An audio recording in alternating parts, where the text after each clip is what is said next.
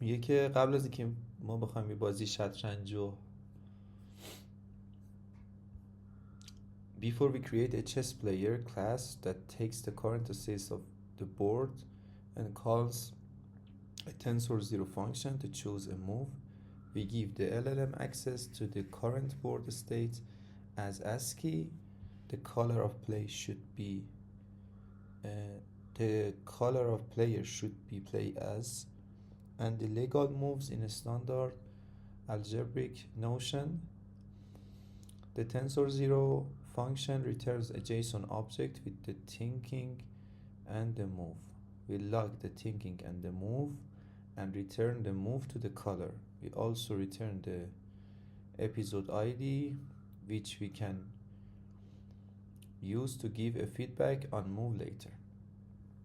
ببین اصلا کاری که میخواد بکنه دقیقا همینه دیگه. اگر دقت بکنید برنامهش اینه، میگه که آقا من میخوام تو ابتدای امر این استیت های اون شطرنج بازه و نمیدونم پلیر چس و نمیدونم اینجور چیزا رو و در نهایت thinking and moving and در حقیقت guess the next movement. در حقیقت آخرش میخوام که بگم که مثلا حرکت بعدی چی میتونه باشه. which we can use to give feedback on the move later. این یعنی اون چیزی که کاری که میخواد انجام بده. حالا کاری که داره انجام میده در ابتدای اینو بزنیم پایتون جوپیتر نصب میشه. حالا اوناشو ولش کنیم. مثال حالا چیه؟ اومده که چرا این حرکت میکنه. اینو من مثلا فعلا هزار اینو کوچیکترش کنم دیگه تهشه. تاگل ای ساید بار رو میتونیم اینجوریش کنیم. اینو میگه آها این خوبه، بذار اینو ببینیم. این بهترین حالتش شد. تا این بذار باشه یه ذره این چیزمون میکنه. بعدا خواستیم AIشو باز کنیم با این بازش میکنیم. پنلش هم که این ترمینال میده بهمون. قشنگه واقعا. خب میاد میگه که تو دفع اینیتمون یه دونه خب سلفشو داریم که برای کلاس کلاینت رو هم تعریف میکنه که کلاینتمون میشه async tensor zero gateway. تو اینجا بد گرفتش. یه دونه variant name داریم که جلوتر میبینیم چیه و تو اینجا که حالا تایپشو گفته آپشنال استرینگ و برابر با نان هم گذاشته. میتونه هر تایپی باشه در حقیقت. آپشنال هم هست و استرینگ هم هست که مساوی نانه. خب اومده حالا اینجا اومده اینجا مقدار دهی کرده این دوتا رو. گفته آقا من از ورودی تنسور زیرو پلیر که حالا پایین تر احتمالاً داره کالش میکنه که من فعلا نمیبینمش ولی احتمالاً یه جا داره کالش میکنه. اینجا اینا رو ورودی میده بهش. کلاینتمون رو ورودی میده و وریانت نیم. میاد دفع پلی رو تعریف میکنه که یه دونه تابع اسینک داره تعریف میکنه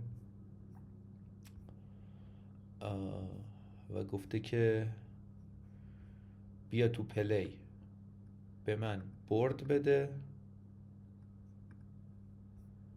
اپیزود آیدی بده که خب باز آپشنال یو آیدیه و خروجی به من بده تاپل STR و آپشنال یو آیدی.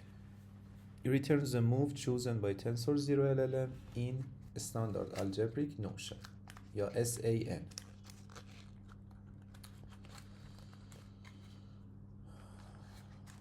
میاد از یه فانکشنی داره استفاده میکنه اینجا به نام board.san، همون استاندارد آلجبریک نوتیشن ها، من گفتم نوشنه، احتمالا اشتباه میگفتم. نوتیشن از این سوتی ها ممکن زیاد بدم. عرضم به خدمت شما که میاد میگه که یه موو به من بده. خب به ازای لیگال مووزی که ما توی این داستان داریم رو ببین، کلا میگه بیا board دات سن. این سنه، این احتمالا که نه همینه، این سنه است. میگه board دات سن یه موو بهش بدیم. حالا میگه تو کدوم مووا، میگه تو board دات لیگال مووز. کلا حالتهای ممکنه این برد شطرنج رو بهش داریم میدیم و یه فوری داریم میزنیم که بدیم به اون board دات سن که در نهایت لیگال مووز استاندارد رو در حقیقت پیدا کنیم. این کار اولیه که داریم میکنیم.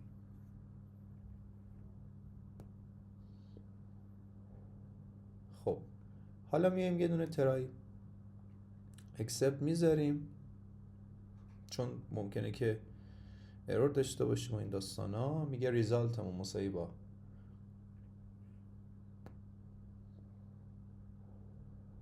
client.inference که اینو دیروز داشتیم با هم صحبت میکردیم. من اینو توضیحشو دادم توی ویدیوی دیگه که چیز خاصی هم نیست. این کلا مفهومش اینه که ما بیایم و از کلاینت حالا این دوست خوبمون استفاده بکنیم، از این تنسور زیرو.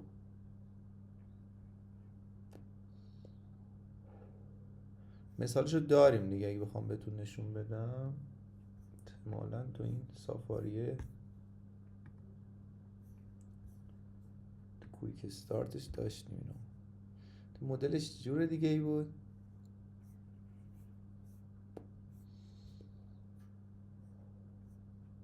ولی حالا مهم نیست فعلا. این میخواد فانکشن رو بهش اینپوت بده و یوزر رو بده و کانتنت رو نمیدونم بگه این داستانمون چیه. میگه که خودش هم اینجا داره درمون صحبت میکنه. بذار من خودم یه ذره بیام جابجا کنم. گفته که we passed the board state, the color of player and the legal moves in SAN to tensor 0.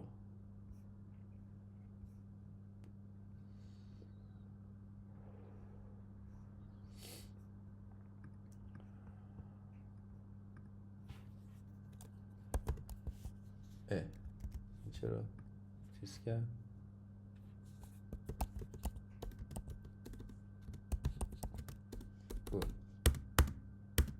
اوه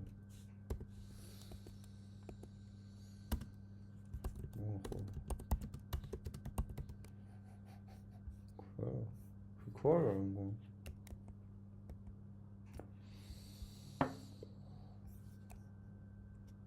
نمیدونم چه بیمهری به ما کرد، کلا داستان خراب کرد. حالا چراشو نمیدونم، این چرا خرابش کرد اینو.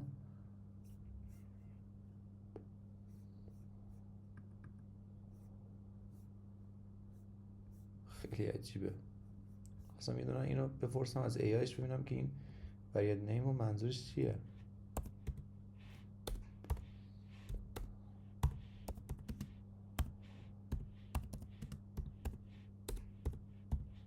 انشالله که اینجوری میفهمه دیگه. حالا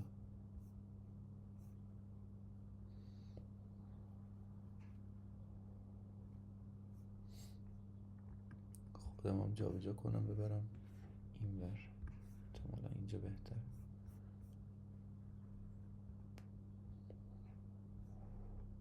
فرض خودم همین بود. میگه که یه سری از بین مدل‌های ترین شده‌ای که داریم یک حالا داره انتخاب میکنه اینجا.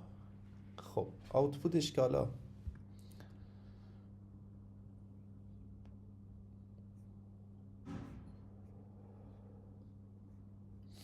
استفاده میکنه thinking result.output.parse.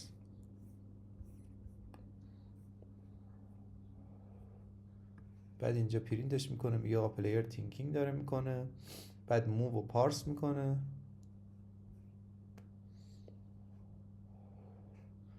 و در نهایت جوابش رو میگیره ازش. خب below is the main function that runs many chess puzzles and send feedback to TensorZero on each episode. This describe where the puzzle solution was successful to try a handful of different variants to see how they perform. خب اینجا حالا احتمالاً میخواد وریانت های مختلف بده بشه. نه میگه کلا میدیم بهش.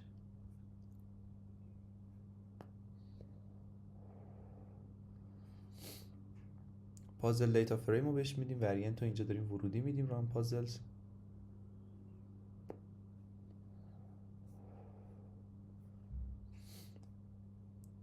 اینجا داریم پازل ها رو تو دیتا فریم میدیم و لیست سکسس رو بهش در حقیقت میگیریم ازش، که کاری که میکنه اینه که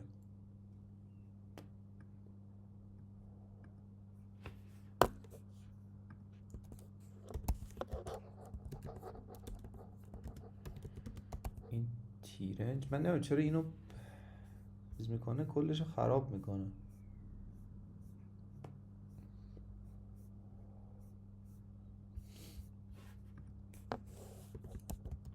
تیرنج مینینگ رو بذار ببینیم اینجا اون چی میگه. تیرنج رو نمیدونم چیه.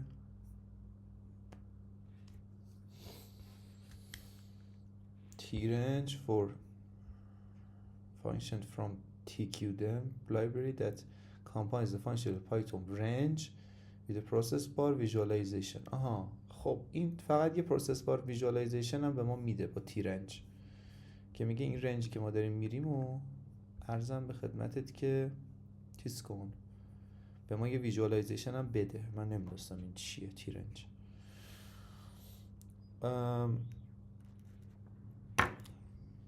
گفته پروگرس بار، این اگه این ورشو میخوندم احتمالا میفهمیدم. میگه توتال پازلز رو بهش میدیم و نمیدونم اینفیرنس رو میدیم، وریانس نیم رو میدیم. اینجا هم که دیزیبل پروسس بار رو داره بهش ورودی میده. حالا جالبه. تسکمون هم که اینه که بیاد اینو دیف پازل داد آی لوک آی، که این آی لوک هم ببینیم چیه. آی لوک مینینگ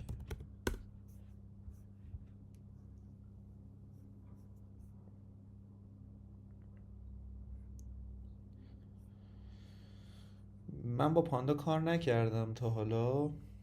میگه که اینتیجر لوکیشنه و یه ایندکسره that allows you to access data frame or series data by their integer position.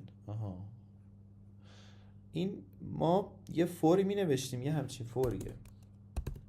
ببین اینجوریه for I in range مثلا 10. خب حالا اینو نداشتیم. فکر کنم پایتون این شکلی نبود، پایتون این شکلی بود. آره. خب بعد میگفت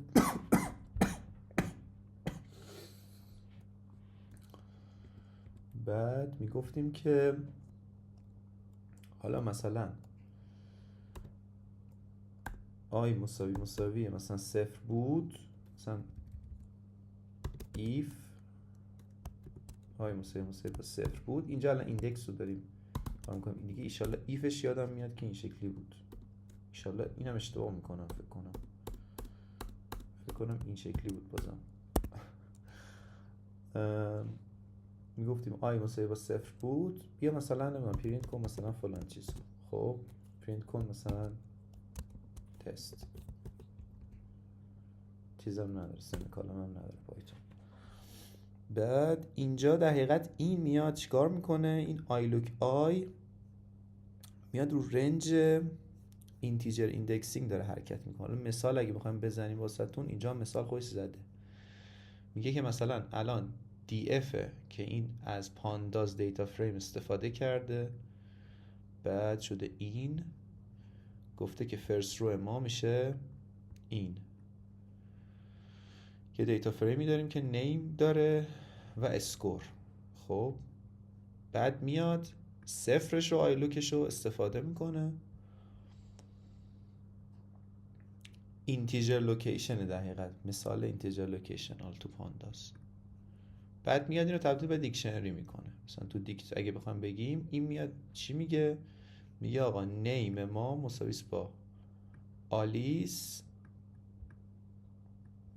خب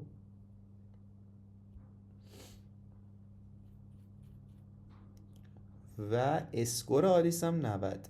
آها، یعنی جفتشو داره استفاده میکنه. دیتا فریم ببین کلا تو دیتا فریم کاری که داره انجام میده اینجا، حالا ما بر اساس کدی که داره مثال میزنه واسمون چی میگه؟ میگه آقا یه دیتا فریمی داریم که یه شامل یه نیمی هست یه اسکوری هست. خب اینا کی ولیوه دیگه. خب بعد میگه که این کیه؟ ما نیممونه، ولیو مثلا این اولیش میشه این. ولی تو دیتا فریم اینجوریه که ما یه سری در حقیقت صفت داریم واسه این داستان. میگیم آقا مثلا نیمش اینه، اسکورش هم اینه. خب بعد کاری که میکنیم اینه که وقتی که صفرش رو میگیریم میاد این دوتا رو پشت هم میذاره، میکنه نیم آلیس، میشه اولیش آلیس، اسکورش هم میشه 90.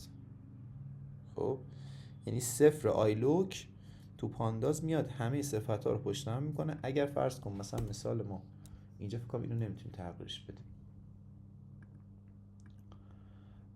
مثال ما مثلا اگر یه دونه صفت دیگه هم داشت، کاری که میکنه اینه که همه این صفت ها رو میذاره پشت هم. مثلا نیمش میشه آلیس، اسکورش میشه 90. خب بعدیش مثلا ایجش مثلا آلیس مثلا 25 بود فرض کن. اگه یه دونه دیگه داشتیم، یه دونه کی دیگه ای داشتیم به نام مثلا ایج و اولین مقدارش هم 25 بود، میفهمیدیم که آلیس اسکور 90 گرفته و 25 سالش هم هست و این با این آیلوکه این کار رو انجام میده. حالا تو دیکتش هم که مشخصه دیگه، میگه آقا اینو من بیام دیکشنریش کنم. خب یعنی یه چیز دقیقاً جیسون فرمتش کنم. حالا دیکشنری که ما داریم این شکلی، البته با جیسون متفاوته ولی خب شبیه به جیسون دیکشنری هم دیگه. خب اینجا اومده، اینو من پاک کنم. اینجا اومده چیکار کرده؟ اینجا اومده کاری که کرده گفته آقا کرییت تاسک کن با پلیر رو، یه سمافور هم بهش ورودی داده که این سمافوره میشه asynco.semaphore.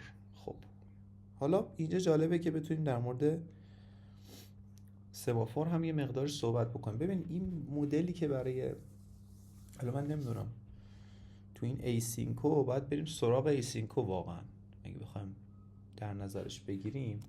من نمیدونم اینو باز میکنه یا نه، چون داخل یک کد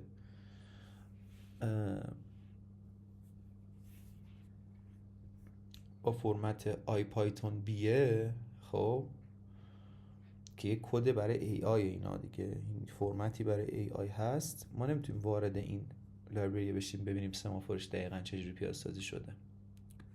خب ولی اینجا میتونیم بپرسیم که tell me about mechanism, give me the source code of it. بذار وارد این هم بشیم. نتورکمون رو میگه که آقا چیز کرد، بازم نتورک کانکشنمون مشکل داره.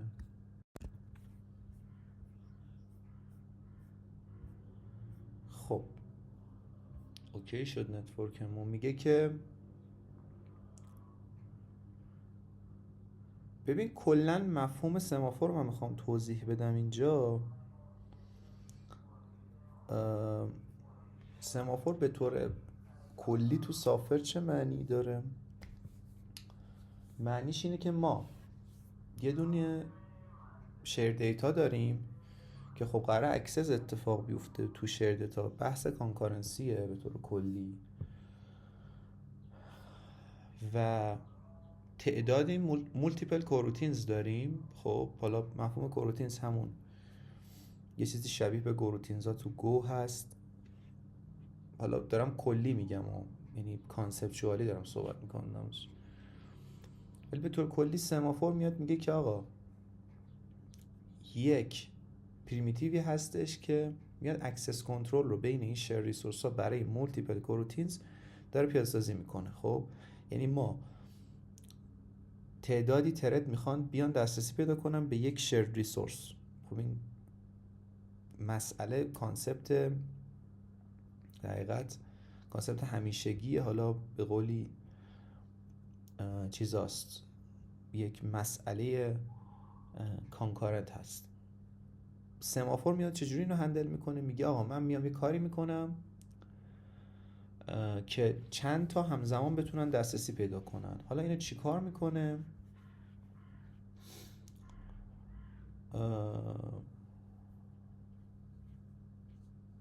اینجا حالا چیزی که داره این صحبت میکنه در موردش، میگه آقا سمافور برای این داره استفاده میشه که لیمیت کنه number of concurrent puzzle solving tasks preventing overload of system resource. یعنی اینجا هدف گذاری که کرده اینه که بیاد در مورد این صحبت بکنه که ما اوورلود زیادی رو سیستم ریسورس ناندازیم. یعنی هدفش، حالا این چیزی که این داره میگه اینه.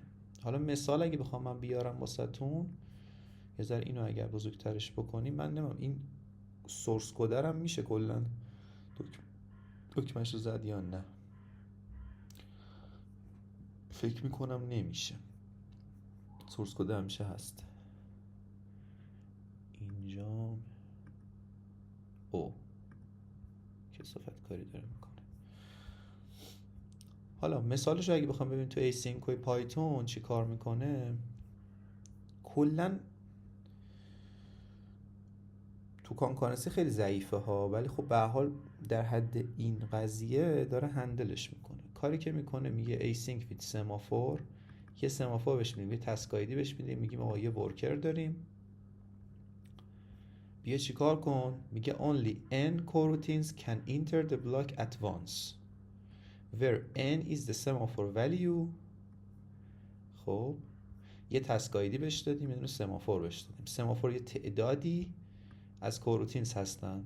خب async with semaphore def main میگه مثلا async.semaphore 3، میگه آقا 3 تا کانکارنت اپریشن ما میتونیم بهش اجازه بدیم. بعد میگه آقا 10 تا تسک هم واسه این ایجاد کن. خب خود سمافور رو بهش دادیم که هر کدومشون 3 تا دارن این کار رو انجام میدن و به ازای هر کدومشونم به ازای هر کدوم از این تسکایی که داریم ایجاد میکنیم این 3 تا سمافور که حالا خودش جنریتش میکنه، که البته این آبجکت رو داریم بهش میدیم دیگه، همون سمافور هستون 3 تا ترت هستن که دارن استفاده میکنن از این قضیه. اونا دارن ورودی بهشون میدن، یعنی ورودی این فانکشنه میشن. حالا بهتره بگیم متد. بعد این چی کار میکنه؟ await.gather tasks که تسکا رو داره ورودی میده. این start task اینو من حتما توضیحشو میدم بهتون، چون این start task ممکنه تو جاهای دیگه اشتباه بشه با چیزهای دیگه. حالا اینترنال اینو بعداً توضیح میدم بهتون، ولی فعلا فهمیدیم که 3 تا ترد رو ما اجازه دادیم که بیاد و به ازای این تسکا دسترسی داشته باشن به این شیر آبجکتی که ما داریم. حالا تو کلاس سمافوری که توی async داریم چی کار داره میکنه؟ میاد میگه که تو اینیتش من میام حتما باید ولیوش بیشتر از 0 باشه، بزرگتر مساوی 0 باشه، یعنی حداقل 0 تا سمافور بهش دسترسی داشته باشن.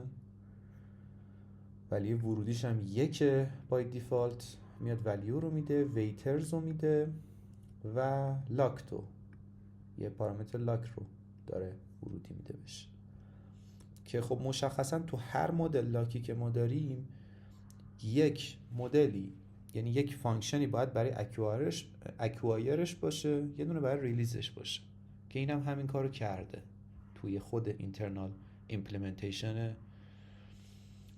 سمافوری که تو ایسینکو وجود داره.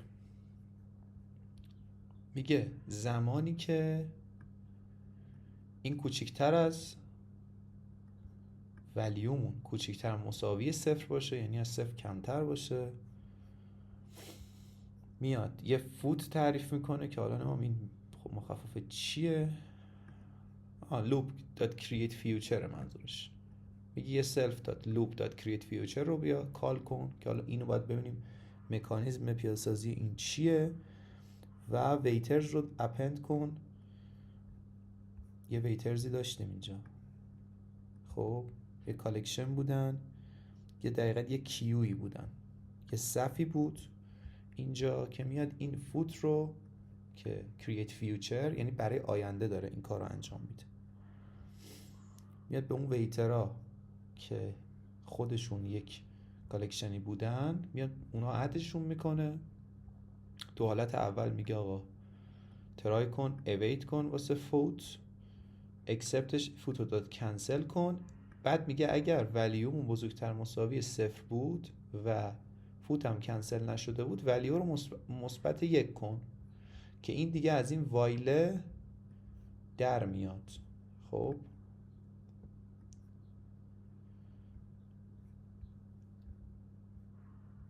و بعد از اینکه این اتفاق افتاد ولیو رو -1 میکنیم و ریترن میکنیم ترو، که حالا این قراره چی رو کال کنه؟ اکوایر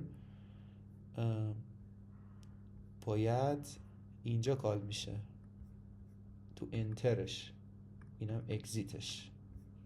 خب تو ریلیزش چی میگه؟ میگه آقا ولیو رو بیا مثبت 1 کن، ویترز و سلف داد ولیو اگر بزرگتر از 0 بودن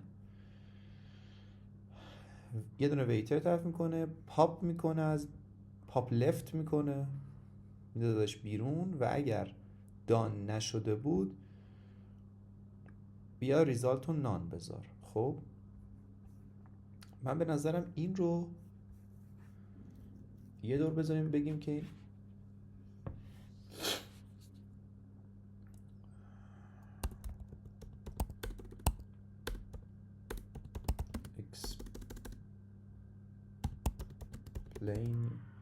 explain the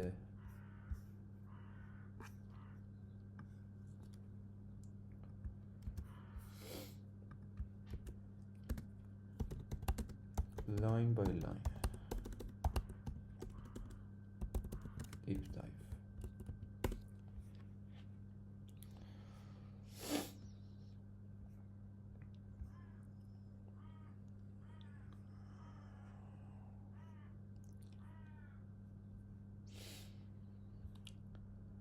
خب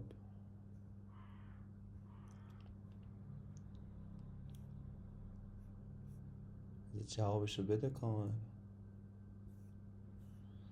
خب میگه که آقا همونطور که گفتیم یه کانتر ولیوی داریم که خب مساوی با 1 میاد کیو استور میکنه ویتینگ کروتینز رو و get the current event loop. یه لوپی هم اومد تو خود سمافور اینو داره تعریف میکنه تو کلاس سمافور. این لوپ رو اونجا نداشتیم، حالا این به نظر میاد که باید ببینیمش که ببینیم کدومشه، این درسته یا اون درسته. فعلا میگه که قالی ایونت لوپ هم داریم ما اینجا، حالا این مفهوم ایونت لوپ هم واردش خواهیم شد، ولی فعلا بریم سراغ همین. میگه که وقتی که ریسورسی ما نداریم، اینجا منظور از ولیو ریسورسه، باید توضیحی که این داره میده. یه دونه فیوچر آبجکت درست میکنیم برای ویتر و به ویتر کیو هم اضافهش میکنیم. suspend execution until the future is resolved. میگه تا زمانی که در حقیقت فیوچرمون ریزالو نشد ویت میکنیم واسش. if something goes wrong clean up. خب decrement the counter where resource is acquired. خب این نکته اینه. کل نکتهش این بودش که ما وقتی که میایم یه ریسورس داریم اختصاص میدیم، آقا میگیم که ما مثلا یه ریسورس داریم با 3 تا، خب وقتی که یکیش رو اکوایر میکنیم دیگه بعد از اون ریسورسمون چند تاست؟ 2 تاست. خب بعد پس ولیو رو دیکریمنت کنیم. اینجا تو ریلیزش باید ولیو رو مثبت کنیم. یعنی کل نکته که حالا وجود داره اینه که دقیقاً اینو داره خودش هندلش میکنه. اینجا میاد نکست ویتر رو در میاره از تو صفحه و وای میسته که تا ران بشه. یعنی موقع ریلیز وقتی که یکیشون ریلیز شد، یعنی دیگه آزاد شد یکی از ریسورس ها، میاد و ویتر بعدی رو بهش میده. سمافور کلن مکانیزمش اینه که بخوایم توضیح چیز بدیم، ابسترکت بدیم در موردش، اینه که یه تعدادی از کروتینا ها، حالا یه تعداد دارن در حقیقت دسترسی پیدا میکنن به یه ریسورس مشخصی. ما میگیم که آقا این سقف این دسترسی مثلا فرض کن 3 تا دونه ترت هست توی سمافور.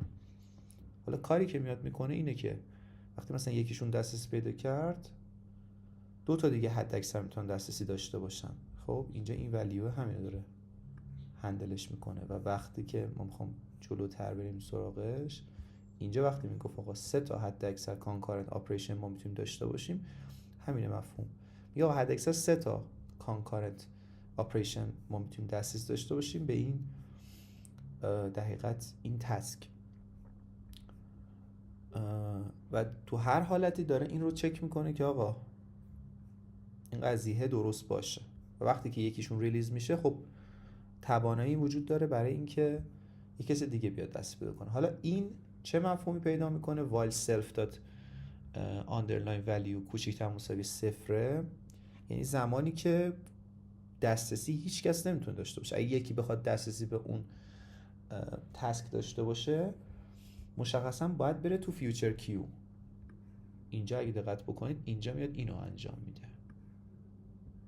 خب این وایله داره چک میشه دیگه، میگه آقا تا ولیومون کوچیک‌تر مساوی 0 هست، هیچ کس دسترسی به اینا پیدا نکنه. ما تا اینجا حد اکثر مثلا فرض کن تو مثال خودمون 3 تا داشتیم دسترسی، اگه مثلا 4می اومد ببرش تو فیوچر گروپ و موقعی که آزاد شد ریلیز کال شد، این وایله میاد چک میشه و میگه که اوکی بیا تو حالا اکوایر، تو بیا از این به این تسک دسترسی پیدا کن. این کل مفهومی که حالا داره تو با این سمافور پایتون تو اسینکو داره در حقیقت کال میشه. بقیه چیزاش هم که دیگه نسبتا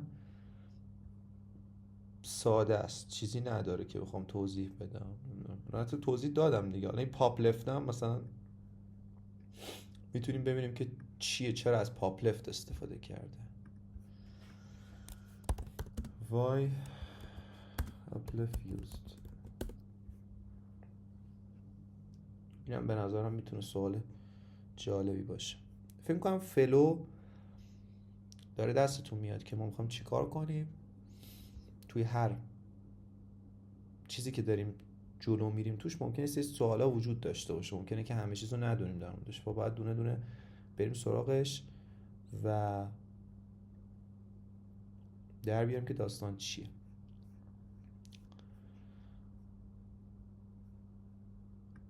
آها خب این DQA میشه دابل اندد کیو. خب که اینو من توضیح میدم در موردش چی است. این پاپ لفت میاد میگه آقا removes and returns the leftmost item in from the queue. خب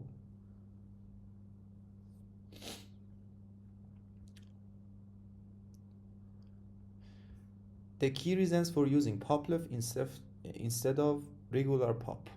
Pop left ensures that the first coroutine that waits gets served first. میگه آقا از چپ ما اضافه کردیم به اینا، خب پس با پاپ لفت کار میکنیم. ببینید پاپ، حالا یه کیوی ما داریم ما اینجا ها، یه استک نباید در نظرش بگیرید که صرفا پاپ همیشه یه چیز آخرین چیزی که در حقیقت اد شده. ما میخوایم یک فایفو درست کنیم، first in first out، یعنی ما اولین چیزی که توی کیومون اد کردیم همونو میخوایم در حقیقت ریلیزش بکنیم، میخوایم بدیمش بیرون، دقیقاً پاپش کنیم. یه موقع هست تو استک first in last out، خب یعنی و اولی که اومد آخرین المنت خارج میشه، این میشه استک. ولی تو کیویی که ما داریم طراحی میکنیم اینجا و برای این کار داره طراحی میشه، میگه آقا هر کی زودتر اومد اون رو من میخوام زودتر پاپ بشه. پس نکته چیه؟ نکته اینه که چون داریم همچین کاری رو انجام میدیم، پس لازمه که از پاپ لفت استفاده کنیم که میاد میگه از لفت اون اره‌ای که تقریبا داریم، حالا بخوام چیزش بگیم احتمالاً یه دونه اره‌ای داریم و ممکنه کالکشنش متفاوت باشه ولی احتمالاً اره‌ای، از لفتش بیا پاپ کن. خب یه مکانیزمی داریم براش تعریف کنیم، واسه این داره این کار رو انجام میده. توی حالا DQ یا دابل اندد کیو اپریشنش با O1 داره انجام میشه، میگه آقا چپ برو درش بیار. خب tell me more detail about DQ. کیو رو اشتباه نوشتم،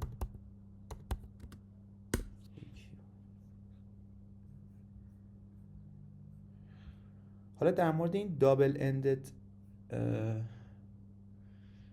کیو هم بذارید صحبت بکنیم در موردش که این از کالکشن پایتون داره استفاده میکنه. خب مثالی که داره میزنه اینجا یه نگاه بکنیم با هم، میاد میگه که آقا یه MTDQ داریم در ابتدا، خب مشخصا اینجا میاد با ولیو 1 2 3 4 داره انجام میده. فیکس سایز DQ هم میتونیم تعریفش بکنیم. اینجا حالا چرا باید ماکسلرمون رو 3 بذاریم؟ خب left side operation میشه append left add to left، خب یا pop left remove فلان left. right side operation add to right، pop هم که میشه remove from right. example میایم DQ رو 1 2 3 تعریفش میکنیم، میگیم append left بیا 0 رو قبل از این اضافه کن و append یعنی بیا 4 رو مثلا append right دیگه، append همون append right، میگه 4 رو بذار بعدش که میشه 1 2 3 4. خب حالا میگه بیا روتیت کن با 1 میشه right rotation، روتیت کن با -1 میشه left rotation. خب اول اومده right rotation کرده، یعنی right رو آورده سر، میگم right رو آورده سر، 4 رو آورده سر، 1 رو برده ته، بعد اومده left rotation کرده که دوباره برگشته به حالت اولیه. که البته اینجا نکته اینه که اگر ما اول لفت روتیشن رو بزنیم چه اتفاق میفته، یعنی از لفت بخوایم روتیتش کنیم چه اتفاق میفته، آیا همون اتفاق میفته یا خیر، که این برام سوال، حالا جلوتر میگم. وقتی که میایم DQ رو ماکس لنش رو 3 تعریف میکنیم چه اتفاق میفته؟ 1 رو اضافه میکنه، 2 رو اضافه میکنه، 3 رو اضافه میکنه، 4 رو وقتی اضافه میکنه 4 میاد آخرین قسمت که از سمت راست اضافه شده رو، ببخشید اونی که از سمت چپ اضافه شده این اولی رو حذف میکنه.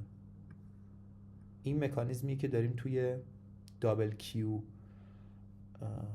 دابل اندد کیو داریم هندلش میکنیم و باحاله کلا. حالا این در حقیقت کالکشن میتونه جالب باشه و استفادهش هم باید ببینیم که چرا از این استفاده شده توی سمافور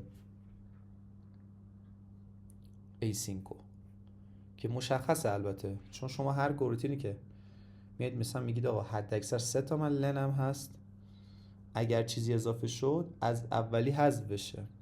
البته این نباید اضافه بشه، ببین چون با اپند احتمالاً اپند نمیشه، با اپند البته اپند میشه، به خاطر اینکه ببین این اپند رایته، یعنی میاد سمت راست اضافه میکنه، ما از سمت چپ داریم هی اضافه میکنیم، میگیم اپند مثلا 1 میاد، بعد رایت میاد 2 میشه، بعد 3 میاد اضافه میشه. اگه لنش مثلا 3 باشه 4 رو که اضافه میکنیم 1 رو پاک میکنه، اون آخرین یعنی اولین دیتایی که اضافه کردیم اون رو پاک میکنه.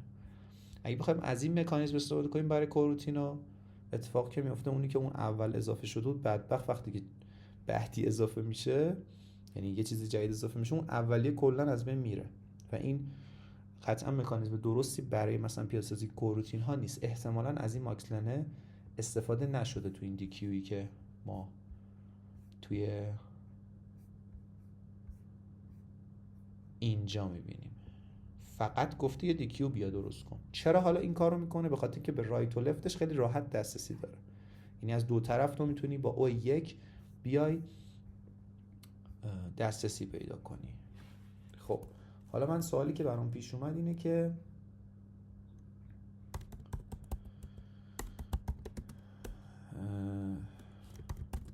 give me the implementation of DQ from collection source code.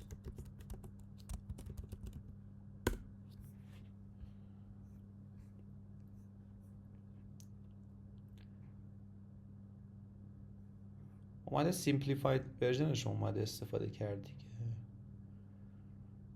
خب من simplified versionش رو نمیخوام واقعیت.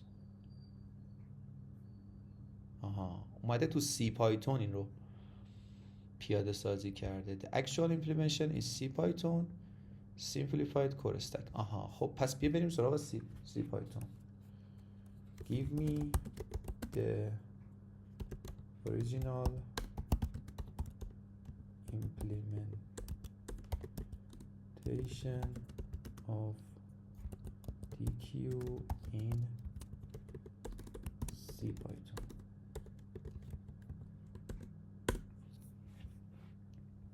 بریم سراغ سی پایتون ببینیم که داره اونجا چی کار میکنه. خب اگه بخوایم ببینیم from include cpython object.h اومده اینو پیاده کرده، تو سی پیادهش کرده که خب مشخصا این احتمالاً از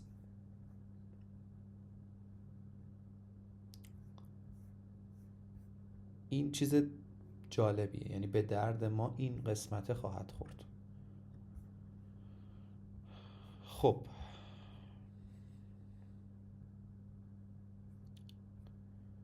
میاد اون استراکت تعریف میکنه. داخل این استراکت نمیدونم حالا باید توضیح بدم در موردش یا نه، ولی فکر میکنم چون اولش توضیح دادم که ما قراره که یه کاری انجام بدیم که خیلی به درد جونیورها شاید نخوره و باید یه سطحی رو داشته باشید، ولی من سعی میکنم یه توضیح خیلی کوتاهی در مورد حالا مسائل هم بدم که خیلی دیگه اونایی که مثلا یه ذره دانششون کمتر هست و این چیزا رو باش آشنا نیستن شاید اذیت نشن خیلی دیگه.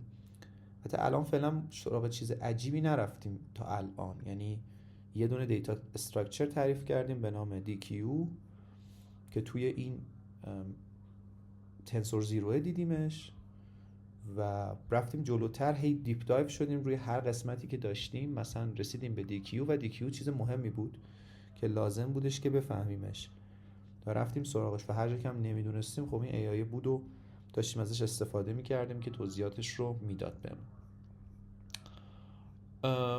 بریم سراغ حالا پیاده‌سازی ایش. من اگه نکته خاصی داشتش بهتون میگم.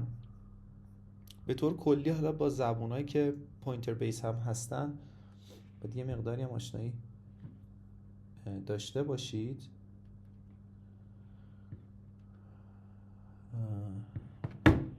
میاد میگه که آقا یه دونه پای آبجکت وریبل هد رو اینجا تعریف کرده که حالا اینو باید در موردش بخونیم ببینیم که چیه. یه بلاک اومده تعریف کرده، یه لفت بلاک یه رایت بلاک. خب اومده پای سایز تی که خب ایندکس آف فرست المنت مشخصا لفت ایندکس رو میگیره، ایندکس آف لاست المنت هم میذاره رایت المنت، نامبر آف المنتس هم میذاره لنث، ماکس لنث هم میذاره ماکسیمم الاو سایز، -1 for unlimited. وقتی که شما میذارید -1 این دیگه ماکس لنفش میتونه unlimited باشه. و یه دونه هم weak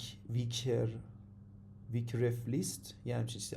weak ref list میشه list of weak references که حالا اینو باش قطعا باید درمونش توضیح بدیم. فعلا همجوری ساده بریم پایین.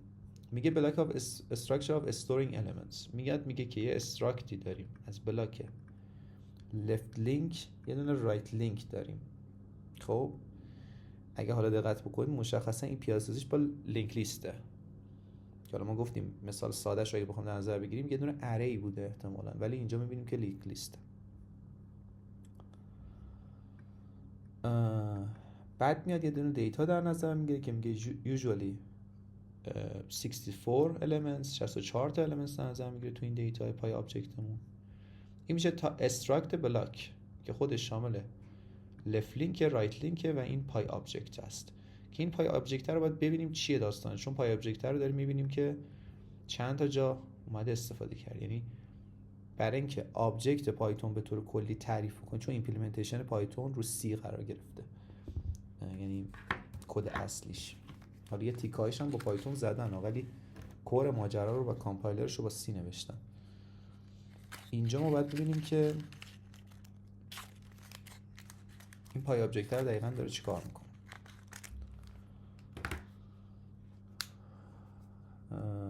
بلاک سایزش رو اینجا در نظر میگیره،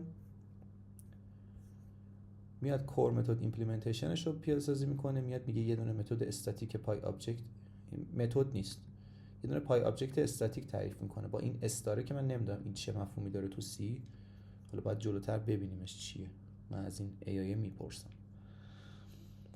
بعد میاد میگه DQ append رو بیایم پیاده کنیم که یه دونه DQ آبجکت بهش میدیم و این پای آبجکت کلا همیشه میدیم بهش. میگیم اگر DQ مون ماکس لنفش مساوی با 0 بود که خب ریترن کن 0. میگه که حالا اینجا میاد چک میکنه برای اینکه کرییت کنه یه نیو بلاک، میاد میگه که اگر رایت ایندکس ما یعنی دی کیومون رایت ایندکسش، ببین این تو سی این همون داته، این علامتی که اینجا داریم مثلا میگیم dq dot max length، مثلا تو پایتون یا خیلی از زبان‌ها این شکلی، تو جاوا گو همه اینا با داته. خب ولی تو سی این شکلی داره تعریف میشه، میگه آقا dq dot max lengthش مساوی با 0 باشه. اینجا ما اگه دقت کنید اینجا max lengthش رو دیده بودیم دیگه، گفته بودیم اگه 0 بود، میگه اگه 0 بود که هیچی، ریترن کن 0. خب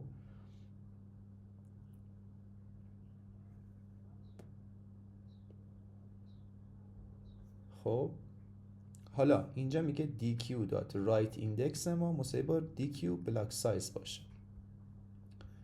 یه right index داشتیم خب که قرار بود ایندکس last element رو توش نگهداری کنیم. right index مون right میشد اون ته، حالا اگه فرض کنیم آرایی است اون ته آرایه، append کردیم آخرین element همون میشه right index مون.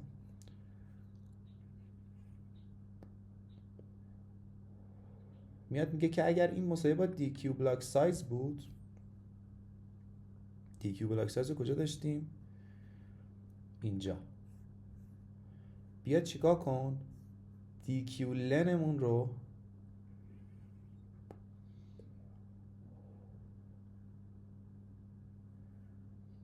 مساوی بذار با چی؟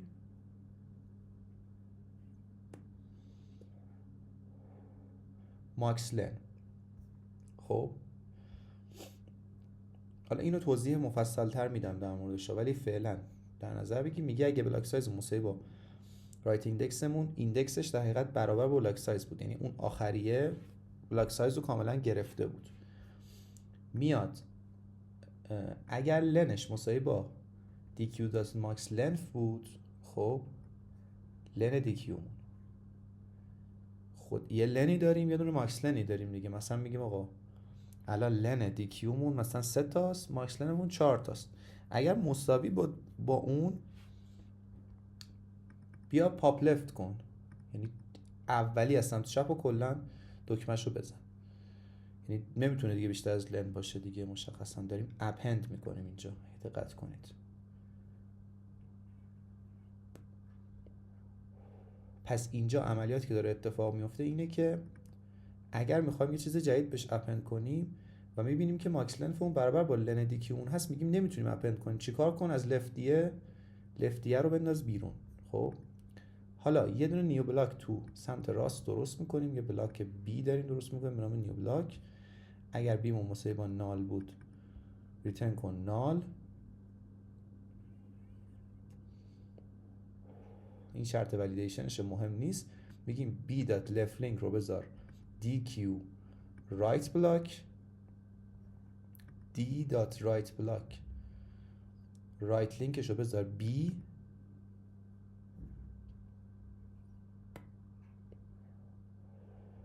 و dq.right block رو بذار b و dq.right indexمون رو بذار 0 که این یه ذره پیچیده شد. حالا میریم جلوتر اینو توضیح میدم بهتون.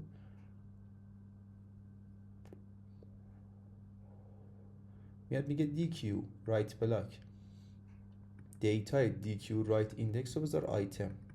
خب که حالا این من نمیدونم چیه، increment reference باید بشه یه همچین چیزی. و right index رو یه دونه اضافه کن، لنم مساوی پلاس پلاس کن و در نهایت ریترن کن 0. صفری که ریترن میکنه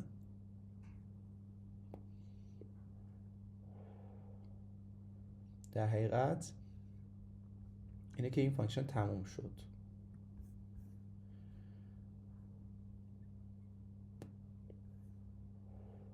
پاپش هم خیلی سریع و خلاصه بریم سراغش. میاد میگه که آقا set string کن، اگر mtdq بود ارور برگردون، بگو آقا نمیتونیم همچین کاری انجام بدیم چون empty هنوز من نمیتونم پاپ کنم. از این پاپ لفتمون داریم پیاده میکنیم دیگه. اینجا پاپ رایت و اینا رو اصلا تو این ایمپلیمنتیشن نیستش. میاد اون آیتم دوباره تعریف میکنه از پای آبجکت که این برابر است با dq left block دیتا dq left index. میگه این left index دیتاش اینه. میگه از توی چیز دیتامون تو left block یه دونه دیتا داریم دیگه. ببینید اگه دقت کنید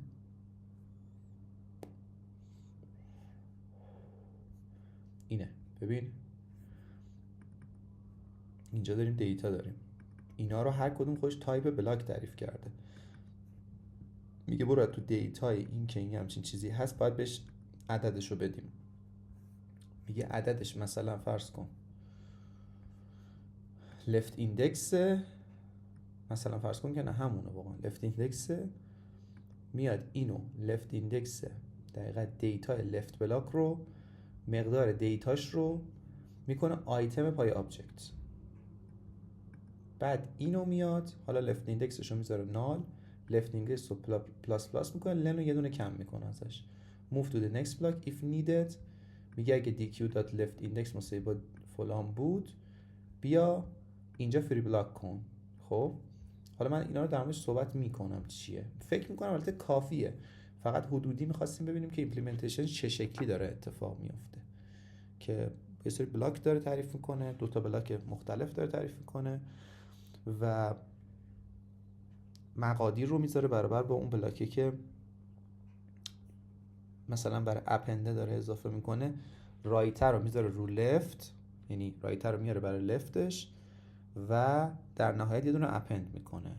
خب و اگر نیاز هم بود و لنمون با لن ماکسمون یکی بود اونجا از بین اون در حقیقت اون ایندکس رو پاک میکنه. ایندکس رو منظورم یعنی اون المنتی که تو اون ایندکس هست رو پاک میکنه. اینجا داشتیم اینو دیدیم این اتفاق میفته، یعنی تو فرآیند اولیش این کارو داره انجام میده. یه دابل لینک لیست داره استفاده میکنه blocks. Each block contains a fixed array of PyObject pointers, maintains the left and right indices for efficient operation. داره هم left رو نگه میداره هم right رو داره نگه میداره implements memory management with reference counting, supports maxlen for bonded DQs, provides OA1 operation for append or pop of both ends که دیدیم این OA1 رو که چجوری داره انجامش میده، چون داره دوتا بلاک نگه میداره و با پوینتر داره صحبت میکنه باشون و مشخصا اون پوینتر اون آبجکت رو داره پاس میده و مشخصا با OA1 داره این کار رو انجام میده. The actual implementation includes many more methods and optimization, but these are the core concept that makes DQs efficient for both ends operation. که حالا مثالی که داره برای این DQ میزنه این در حقیقت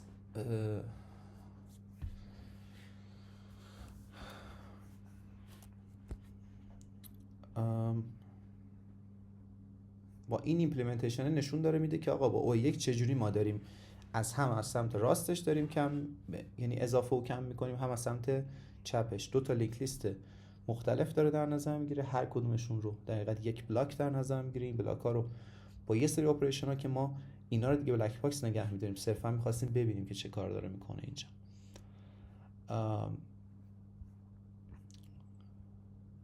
یه همچین چیزی داره انجام میده. اینم فکر کنم تایپیه که داره برمیگردونه. خب پای آبجکت استار. من حالا اینو حتما ازش میپرسم چون اینو گفتم که ما باید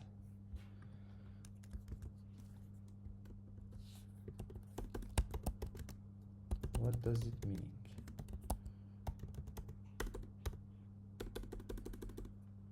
What does it mean?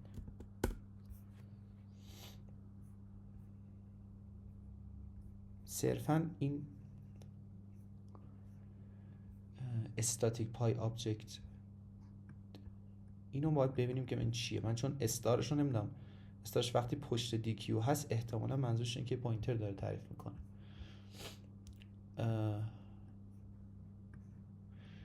استاتیک تو اینجا معنیش اینه که فانکشن ما فقط ویزیبل تو current file source cannot call from other files و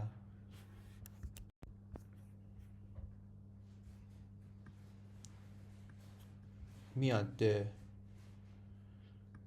پوینتر پای آبجکت رو در حقیقت ریترن تایپ اون میشه پوینتر پای آبجکت این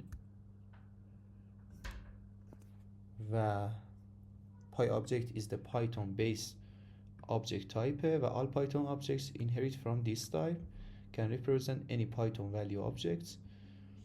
function name مونه implements pipe left و این داستانا. the parameter takes the pointer of DQ object structure. این هم که میگه تو C پیاده سازی کردیم similar to self in Python methods.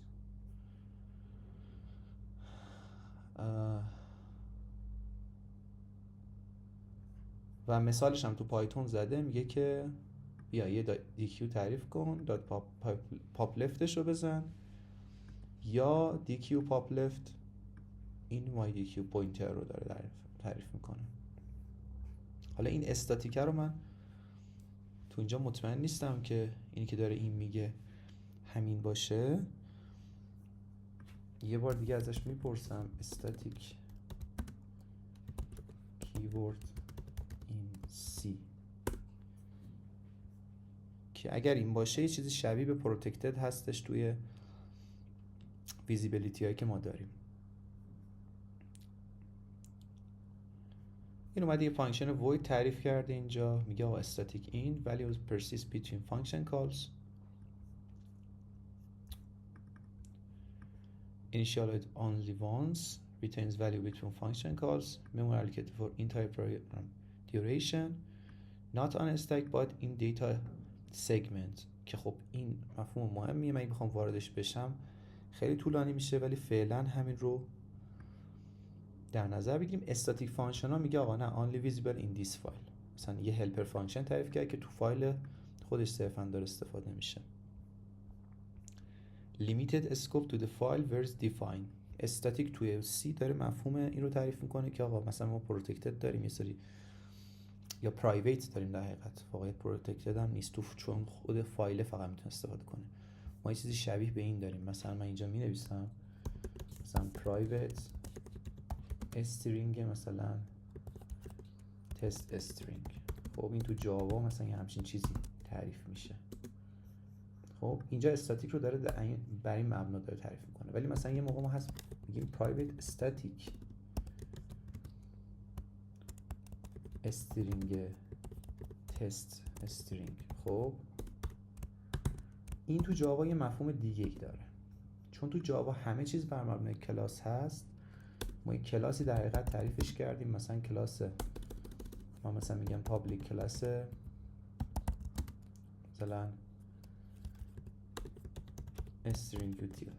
خب این کلاس تعریف شده، حالا یه دونه اومده توش میاد میگه که آقا این تبا بزنم نمیره، اینجوری باید تعریفش کنم. مثلا میاد میگه آقا private static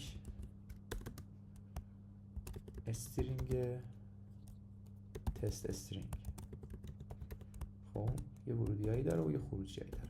خب این همون بذار چون تبه خراب میکنه کار رو، من با این باید تعریفش کنم، یه همچین شکلی داره. خب این به این معناست که این داره تو این کلاسه تعریف میشه، ولی نکته‌ای که وجود داره اینه که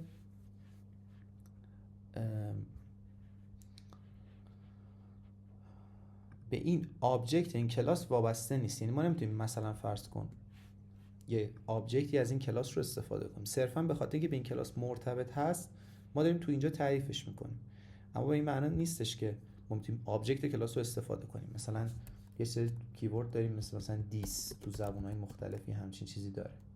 خب دیس داد مثلا فلان یه آبجکتی، یه مثلا فانکشنی فرض کن. خب اونو نمیتونیم استفاده کنیم ازش، این صرفا یه یوتیلیتی هستش که استاتیک داره تعریف میشه و لزومی نداره. مثلا فرض کن اگه میخوایم ما یه اینکریپشن کلاسی بنویسیم، یه کلاسی برای اینکریپشن میخوایم بنویسیم، یه سری یوتیلیتی توش داریم، همه اینا رو استاتیک تعریف میکنیم به خاطر اینکه به اون آبجکت کلاس وابسته نمیشه، اما داخل یک کلاس تعریفش میکنیم. به خاطر چی؟ به خاطر اینکه ما اگه بخوایم دسترسی پیدا کنیم به اون فانکشنه، بیایم از اون کلاس کار کنیم. مثلا فرض کن من میخوام حالا اینو مثالش رو بذارید پاک کنم. مثلا فرض کنید من میخوام یه دونه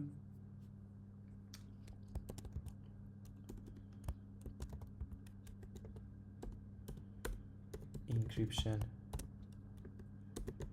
utilities رو تعریف کنم، یه کلاس این. خب وقتی داتش رو صدا میزنم میتونم حالا مثلا از تست استرینگم استفاده کنم، استاتیک هم بود ولی میتونم استفاده کنم ازش. خب من کلاس رو فکر کنم با چیز کوچیک نوشتم و اشتباه بود، باید بزرگ می نوشتمش برای کانونشن جاوا. حالا خیلی مهم نیست الان. استاتیک تو اونجا این تعریف رو داشت، اما تو در حقیقت تو سی استاتیک معنیش اینه که فقط تو اون فایله ما ویزیبل هست واسمون، و استاتیک در حقیقت معنی پرایویت رو میده توی جاوا. خب private keyword in Java and static keyword in C. اینجا ازش میپرسیم که ببینیم که چه تفاوت هایی تو این دوتا داریم. یه private int مثلا دیتا داریم، یه private void متد داریم. only callable from within this class. خب control access at class level، ما تو اون کلاسه فقط دسترسی داریم. restrict access to class members، part of OOP encapsulation، compiler time enforcement و class scope restriction. اینجا تو فایل لول داره انجام میده. affects storage duration and linkage، part of modular programming، link time enforcement، file scope restriction. کی دیفرنسش چیه؟ میاد میگه کلاس level scope control، این فایل level scope control.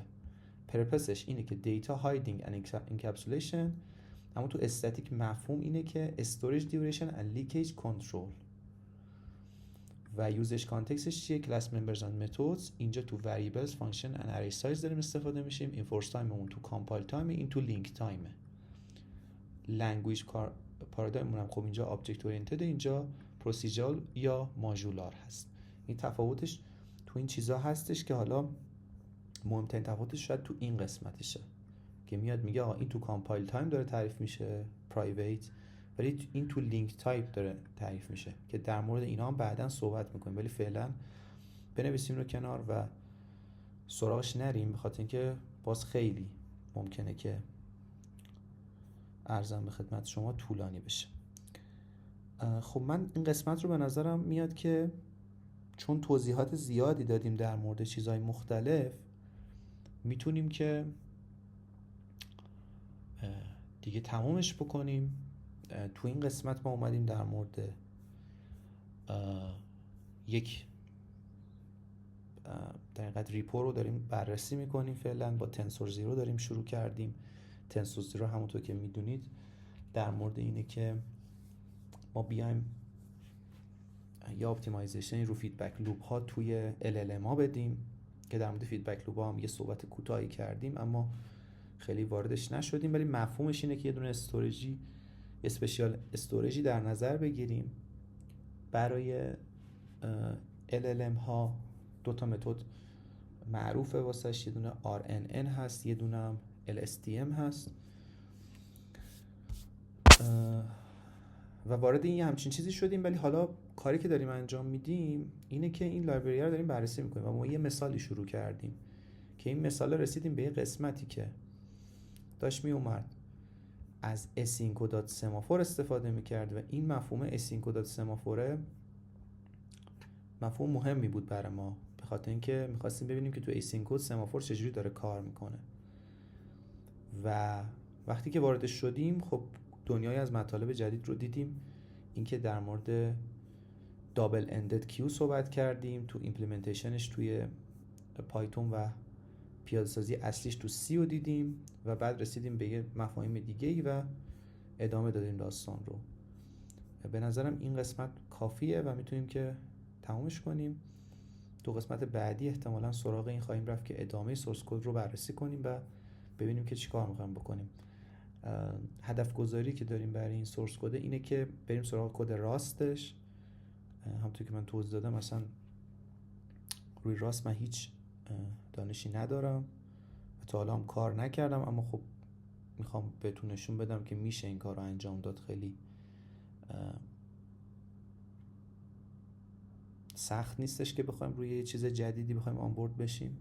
فعلا با این سورس کد شروع کردم، قسمت پایتونش رو رفتیم جلو که فعلا یکم ساده تر باشه، بعد میریم سراغ این که اصلا پیاده سازی این فیدبک لوپ چجوری داره اتفاق میفته. پس من فعلا با شما خداحافظی میکنم.